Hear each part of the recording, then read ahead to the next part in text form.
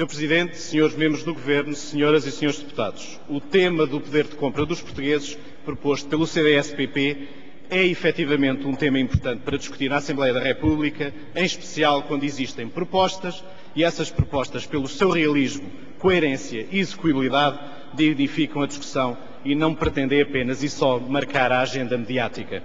O atual debate, que se realiza sensivelmente 2 anos e 3 meses depois da posse do atual Governo, permite-nos, desde logo, uma comparação com os quase mesmos 2 anos e 3 meses do Governo PSD-PP de Durão Barroso e Paulo Portas, de março de 2002 a julho de 2004. São, em termos de duração, 2 períodos muito semelhantes, mas também, como os portugueses sabem, completamente diferentes nos resultados. E vamos a factos. No crescimento económico acumulado em 2 anos de PSD-PP, temos 0,6% de crescimento do PIB contra 1,8% do Governo do PS. Sendo que o atual Governo herdou uma situação de crescimento negativo deixada pelos senhores e o Governo do PSD-PP recebeu do PS, no primeiro trimestre de 2002, um crescimento positivo de 1,9%.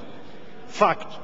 No quarto trimestre de 2006, o PIB assinalava um crescimento de 1,7% em volume face ao período homólogo, acelerando relativamente ao registado no trimestre anterior, 1,5%, e os dados já conhecidos do primeiro trimestre de 2007 confirmam o rumo certo de Portugal. O PIB cresceu 2,1% no primeiro trimestre de 2007, face ao período homólogo. Face ao quarto trimestre de 2006, registrou-se mesmo um crescimento de 0,8%. A variação é mesmo superior a muitos dos países da zona euro. Facto. As exportações, o verdadeiro motor do crescimento económico de um país de economia aberta, como o nosso, cresceram no último trimestre de 2006 cerca de 10,7%, contra 1,3% negativos assinalados no tempo do anterior governo do PSD-CDS do primeiro trimestre de 2005. O crescimento das exportações portuguesas no atual governo atingiu mesmo um ritmo que não se verificava desde 98.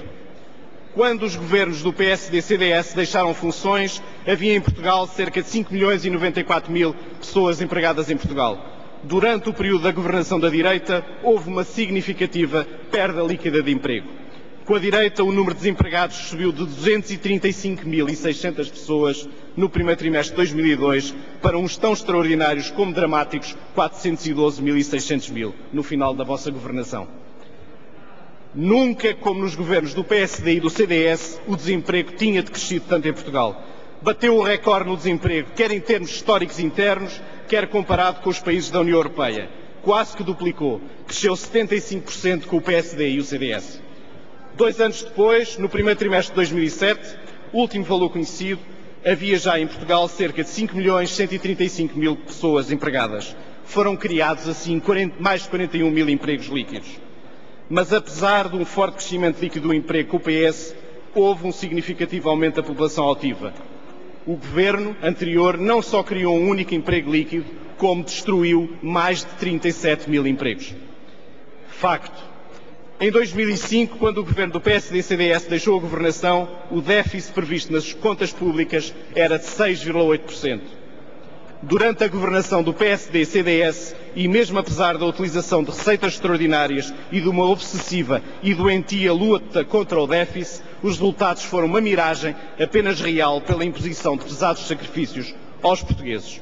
O PS apresentou aos portugueses um plano de recuperação das contas públicas e do déficit, que apontava para objetivos claros e que todos eles foram excedidos. Facto. O sucesso de todos os portugueses é a prova de que estamos no caminho certo e de que as políticas produzem desde já um efeito muito positivo. Criam confiança nos portugueses e na nossa economia e credibilizam externamente a imagem de Portugal. Sr. Presidente, não será preciso ser economista para entender que aos portugueses foi colocado um desafio nos últimos anos. Ou mudamos de vida e somos capazes de modificar a economia portuguesa num mundo em que a globalização dita as regras, ou pelo contrário, continuaremos a empobrecer mais ou menos alegremente, não reformando o Estado e vendendo os anéis com o medo de disputarmos o nosso espaço no mundo. Perderiam, se nada fosse feito, se a coragem não fosse determinante nas políticas, as novas gerações, reforçando a sensação de que estamos a deixar aos nossos filhos um mundo pior e adornado por faturas que não queremos pagar. O ano 2005 marcou a mudança de atitude em Portugal. Hoje há uma parte cada vez maior da nossa economia que aproveita precisamente as oportunidades que a globalização e os desafios tecnológicos nos trouxeram. Ninguém duvidará que o clima tecnológico do país deu um salto enorme nos últimos 2 anos. Assim se compreende que a nossa economia tenha cada vez mais um modelo de especialização diferente e que o tipo de empregos que vão sendo criados e as exportações tenham um perfil diferente, mais tecnológico. Hoje há cada vez mais registro de empregos com o nível de escolaridade completa correspondente ao secundário, ao pós-secundário e ao superior. Daí que nos pareça decisiva e determinante a aposta na formação e na qualificação do programa Novas Oportunidades. Os indicadores de confiança, senhores deputados, indicam isso mesmo. Em maio último, o indicador de clima, e ao contrário do que referiu o Sr. deputado Paulo Portas, atingiu o melhor resultado desde meados de 2002. A confiança dos empresários melhorou em quase todos os setores. Há 4 anos atrás, precisamente em maio de 2003, com o Governo de coligação de direita, este indicador de clima económico tinha indicado o mínimo histórico. Por isso, há alguma confusão nessas indicações. Foi em 2003 e 2004 que Portugal ocupou, mês após mês, as maiores quebras de confiança, o último lugar de otimismo ou o primeiro de pessimismo. Também a confiança dos consumidores portugueses melhora. Em maio, suspendendo o movimento de descida que tinha iniciado em novembro. Foi também no governo do PSD-CDS, mais precisamente em abril de 2003, que foi atingido o nível histórico mínimo de pessimismo dos consumidores portugueses. Portanto, muitos recordes para os senhores se debruçarem e não se encontrarem agora razões para o vosso falhanço. Também no investimento, e nomeadamente no investimento estrangeiro, os dados disponíveis são bem evidentes e são bem elucidativos. Aliás, recomendo a leitura dos dados estatísticos. O CDS-PP marcou para hoje uma interpelação ao Governo sobre o poder de compra aos portugueses.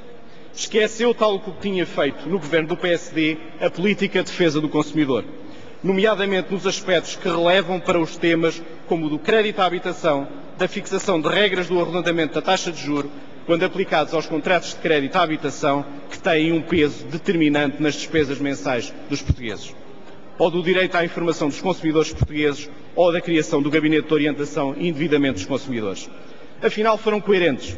É que em 2 anos e 3 meses de governação PSD-PP não se conhece uma medida legislativa de proteção dos consumidores. E agora existe novamente uma política de proteção dos consumidores portugueses. Mas ainda bem que o trazem para o debate. Pretenderão com certeza dar uma lição ao PSD, ao vosso antigo parceiro de coligação, de como se lidera a oposição. Mas na verdade, e o PS sabe, muito há a fazer. E reconhecemos-lo com toda a honestidade. Mas também reconhecerão que muito já foi feito da mesma forma. Por uma governação que foi capaz de acabar com privilégios e regalias de décadas, que foi capaz de assumir a luta contra a pobreza na terceira idade, com o complemento solidário de idosos e a garantia das pensões de reforma, e que estabeleceu, por unanimidade com todos os parceiros sociais, em sede de concertação social, um plano de recuperação do valor mínimo nacional. Sr. Presidente e Srs. Deputados, este é um debate de facto importante, mas é um debate pode concluir. Obrigado, Sr. Presidente, que o devemos fazer de uma forma absolutamente clara e não usando aqui alguns dados que não correspondem com a realidade. E era só isso. Muito obrigado.